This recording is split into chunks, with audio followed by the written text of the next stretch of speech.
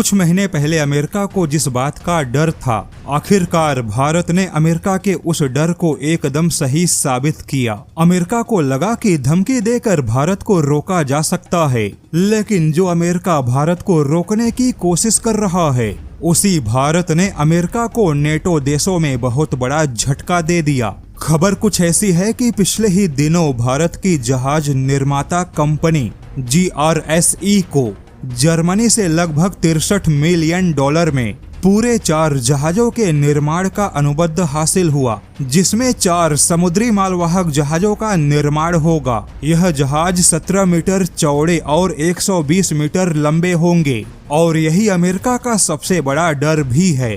दरअसल भारत के ship building sector में जर्मनी के हाइब्रिड मालवाहक जहाजों का ऑर्डर आना यह केवल एक कॉन्ट्रैक्ट नहीं है, बल्कि वैश्विक शिपिंग इंडस्ट्रीज में भारत की बढ़ती हिस्सेदारी का संकेत है। यही कारण है कि अमेरिका को अब चिंता सताने लगी, क्योंकि पिछले ही साल अमेरिका के अपने ही एक रिपोर्ट में चेतावनी मिली थी कि भारत अपने क्षमताओं के दम पे अमेरिका के शिप बिल्डिंग सेक्टर को बहुत बड़ा नुकसान पहुंचा सकता है, क्योंकि किसी भी देश के लिए भारत में अपने जहाजों का निर्माण करवाना एक लो कॉस्ट सौदा होगा। जैसे कि जर्मनी ने लगभग $63 मिलियन में भारत के शिपयार्ड को 4 हाइब्रिड मालवाहक जहाजों का कॉन्ट्रैक्ट दिया, लेकिन अगर यही 4 हाइब्रिड मालवाहक जहाज अमेरिका में बनवाने हो तो इसका अनुमानित लागत कम से कम $100 मिलियन से ज्यादा होगा, क्योंकि अमेरिका में मजदूरी,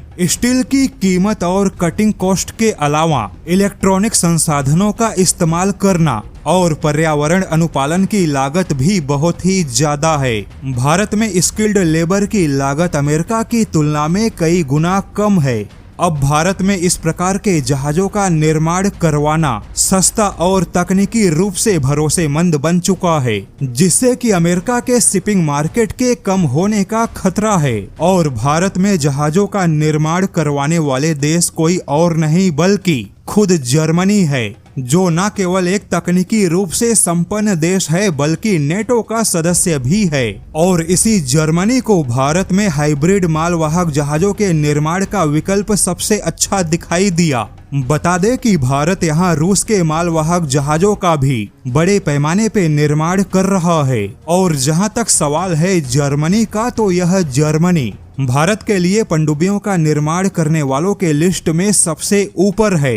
हालांकि अब अमेरिका को इस बात का डर है कि जर्मनी के जहाजों का भारत में निर्माण होने से बाकी यूरोपियन देश भी जर्मनी जैसे ही भारत की ओर कदम बढ़ा सकते हैं, जिससे कि अमेरिका के ट्रांस अटलांटिक इंडस्ट्रीज को बहुत बड़ा झटका लग सकता है।